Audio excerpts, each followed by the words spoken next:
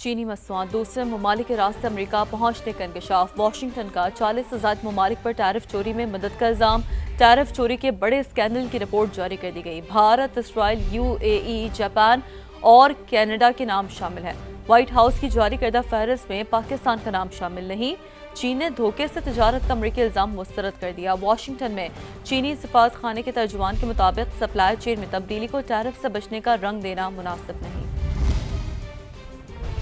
سروا app سے امریکی فوجی اڈوں کی معلومات لیک ہونے کا انکشاف۔ ایپ امریکی فوج کے لیے سیکیورٹی خطرہ بن گئی۔ برطانوی ٹی وی اسکائی نیوز کی رپورٹ کے مطابق سروا ڈیٹا سے امریکی فوجیوں کی نقل و حرکت ظاہر ہوئی۔ 1300 سے زائد صارفین نے امریکی حساس فوجی مقامات کا ڈیٹا شیئر کیا۔ بہت سے صارفین نے اپنے اصل ناموں سے یہ معلومات پوسٹ کی۔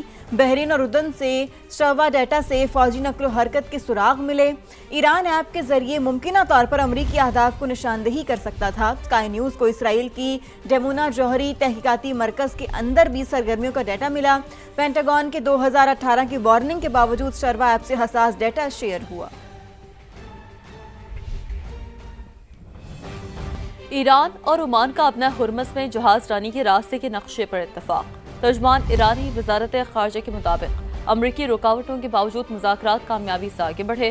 ہرمز میں عدم استحکام کا ذمہ دار ایران نہیں، امریکہ اور اسرائیل ہے۔ ایران قومی سلامتی اور مفادات کے تحفظ کے لیے اقدامات کا حق رکھتا ہے۔ ایرانی وزیر خارجہ عباس عراقچی کا کہنا ہے عمان سے مذاکرات اور آبنہ ہرمز کھولنا دو الگ الگ معاملات ہیں۔ آبی گزرگاہ کھلنے کا انحصار امریکہ پر ہے۔ واشنگٹن کو مفاہمتی یادداشت میں طے ہونے والی شرائط پر عمل کرنا ہوگا۔ ترک صدر رجب طیب ایردوان کہتے ہیں مکہ معاہدے میں دیگر ممالک کی شمولیت کی گنجائش موجود ہے۔ مصر کی شرکت بھی ممکن ہے۔ معاہدے کے تحت کسی بیرونی حملے پر تمام رکن ممالک متفقہ اور مشترکہ اقدامات کریں گے۔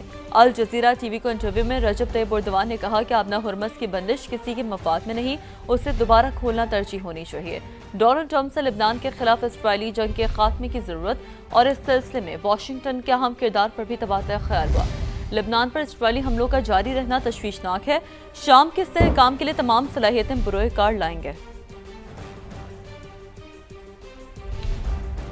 دوسری جانب آپ کو بتائیں کہ حوثیوں کے حملے کے بعد یمن کی المخا بندرگاہ نے آپریشن معطل کر دیا۔ بندرگاہ کے ڈائریکٹر نے بتایا حالیہ حملوں کے دوران بندرگاہ کو 25 سے زائد میزائلوں سے نشانہ بنایا گیا۔ 7 افراد ہلاک ہوئے۔ بندرگاہ پر حملے سے تقریباً $16 ملین کا مالی نقصان ہوا۔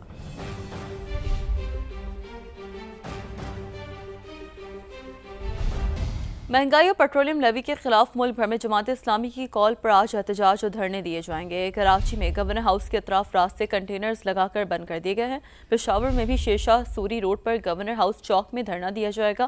تازہ ترین اپڈیٹس حاصل کریں گے پشاور میں سما کے نمائندہ عبدالرحمان سے۔ جی عبدالرحمان بتائیے۔ جی اس وقت ہم گورنر ہاؤس چوک میں کھڑے ہیں جہاں پر تقریباً 4-4:30 بجے جماعت اسلامی مہنگائی، پیٹرولیم مصنوعات کے نرخوں میں آئے روز رد و بدل اور اس پر عائد لیوی کے خلاف جو ہے یہاں پر غیر معینہ مدت تک کے لیے جو ہے دھرنا شروع کرے گی۔ پہلے دن جو ہے جماعت اسلامی جو ہے شیرشاہ سوری روڈ پر جو ہے جماعت اسلامی خیبر پختونخوا وسطی کے کارکنان آج یہاں پر بیٹھیں گے۔ یہاں پر اس وقت تیاریاں جاری ہیں، ساؤنڈ سسٹم کی تنصیب ہو رہی ہے، ٹرالر پہنچ گیا ہے، جبکہ اس دھرنے کے حوالے سے بریفنگ دیں گے جماعت اسلامی وسطی کے امیر عبدالواسع 4:30 بجے شیڈول ہے۔ تو یہ ہے جماعت اسلامی کا دھرنا جو کہ ملک کے دیگر جو 3 صوبوں میں بھی ہو رہا ہے، تو یہاں پشاور میں بھی گورنر ہاؤس چوک میں شروع ہوگا۔ جی ٹھیک ہے، آپ کا بے حد شکریہ۔ کراچی کے علاقے ڈیفنس فیز 6 خیابان سحر میں لیک ہونے والی تیل کی لائن کی مرمت کا کام جاری، سڑک کو تاحال نہیں کھولا جا سکا۔ تازہ ترین اپڈیٹ جان لیتے ہیں سما کی نمائندہ فروا علی سے۔ فروا، مرمت کا کام کہاں تک پہنچا ہے؟ کراچی کے علاقے ڈیفنس خیابان سحر میں خام تیل سڑک پہ آنے کا معاملہ اب جو ہے وہ مرمت کا کام شروع کر دیا گیا ہے۔ ہمارے ساتھ میجر ساجد صاحب موجود ہیں، ان سے بات کرتے ہیں۔ رات کو تقریباً 10 بجے اطلاع ملی، ہم فوراً پہنچے جہاں پہ سیکیورٹی اینڈ ویجیلنس کی ٹیم پہنچی اور سیکیورٹی اینڈ ویجیلنس نے یہ پورے ایریا کو جو ہے نا کارڈن آف کر لیا، کسی طرح سے تو کوئی اندر نہیں آ سکتا۔ نیشنل ریفائنری لمیٹڈ NRL، کیونکہ یہ ان کا کورنگی سے یہ پائپ لائن آ رہی ہے اور کماڑی کی طرف جا رہا ہے۔ صبح تقریباً 7:30 بجے تک جو تیل باہر تھا کوئی 58 بیرل جو ہیں وہ نیچے زمین سے اس میں ڈال کے لے کے جا چکے ہیں ڈپارٹمنٹ والے. اور مزید یہ ہے کہ ابھی ان کا ایکسیویٹر بھی آئے, وہ سب سے پہلے مینولی وہ کریں گے کام, کیونکہ یہ فرنس آئل ہے. تو اگر وہ ایکسیویٹر سے فوراً کریں گے تو اس میں آگ لگنے کا بھی خطرہ ہوتا ہے. پیئرنگ کا کام کب تک ہو جائے گا؟ اندازاً ابھی میں اس میں, کیونکہ میں اس میں کہہ نہیں سکتا, لیکن یہ کہ 4-5 سے زیادہ گھنٹے لگ جائیں گے. 4 to 5 hours. 4 to 5 hours جو ہے وہ اس میں ٹھیک ہونے میں لگ جائیں گے. اور جو ادھر کے رہائشی ہیں ان کو کہہ دیا گیا ہے کہ بہت زیادہ احتیاط کریں, کیونکہ یہ بہت زیادہ خطرناک ہے. آئل جو ہے وہ جو سڑک پہ آ گیا تھا اس کو تو ہٹا دیا گیا ہے, لیکن 4 سے 5 گھنٹے ابھی اس کی مرمت میں لگیں گے. جی, بارش کے باعث کئی شہروں میں گرمی رخصت ہو رہی ہے. اسلام آباد کے مختلف علاقوں میں رات گئے موسلادھار بارش ہوئی, جس سے موسم خوشگوار ہو گیا. بلو ایریا, شاہراہ دستور, سیدپور, گولڈا, زیرو پوائنٹ اور دیگر علاقوں میں بادل جم کر برسے. لاہور کے مختلف علاقوں میں بھی رمجھم سے موسم خوشگوار ہو گیا.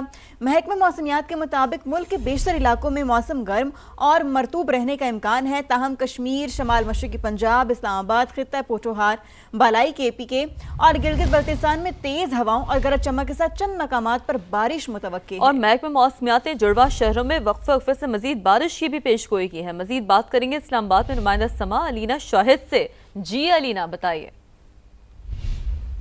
دیکھیں, اسلام آباد میں گزشتہ روز شدید گرمی اور حبس کا راج تھا, لیکن دیر رات ہونے والی موسلادھار بارش نے موسم بدل لیا. اس وقت موسم خوشگوار ہے, ہوا بھی چل رہی ہے اور جو درجہ حرارت ہے وہ 30 ڈگری سینٹی گریڈ تک ریکارڈ کیا جا رہا ہے. محکمہ موسمیات کی جانب سے بتایا گیا ہے کہ آج زیادہ سے زیادہ درجہ حرارت 34 ڈگری سینٹی گریڈ تک جانے کا امکان ہے, جبکہ کم سے کم درجہ حرارت 26 ڈگری سینٹی گریڈ تک رہنے کا امکان ہے. ساتھ ہی اسلام آباد اور راولپنڈی میں آج وقفے سے گرج چمک کے ساتھ بارش کا امکان بھی بتایا جا رہا ہے. شہریوں کو احتیاطی تدابیر پر عمل درآمد یقینی بنانے کا کہا جا رہا ہے, اور بارہا یہ ہدایات دی جا رہی ہیں کہ ان طوفانی بارشوں کے دوران برساتی ندی نالوں سے دور رہیں, بلا ضروری سفر سے گریز کریں.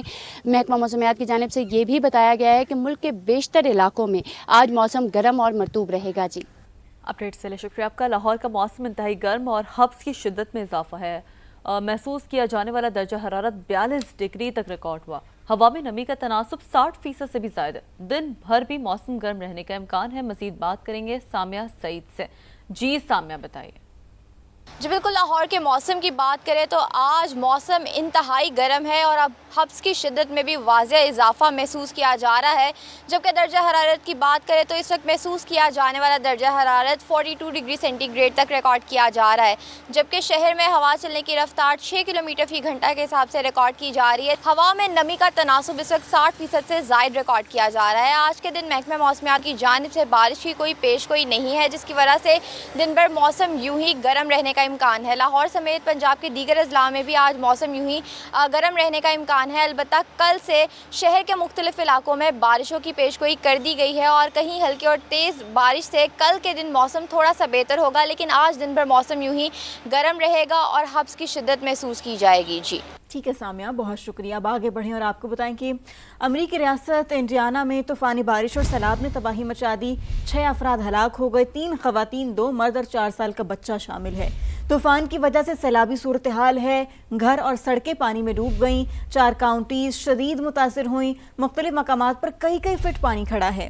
دوسری طرف سمندری طوفان جزیرے ہوائی کے علاقے میکاوا کے قریب پہنچ گیا.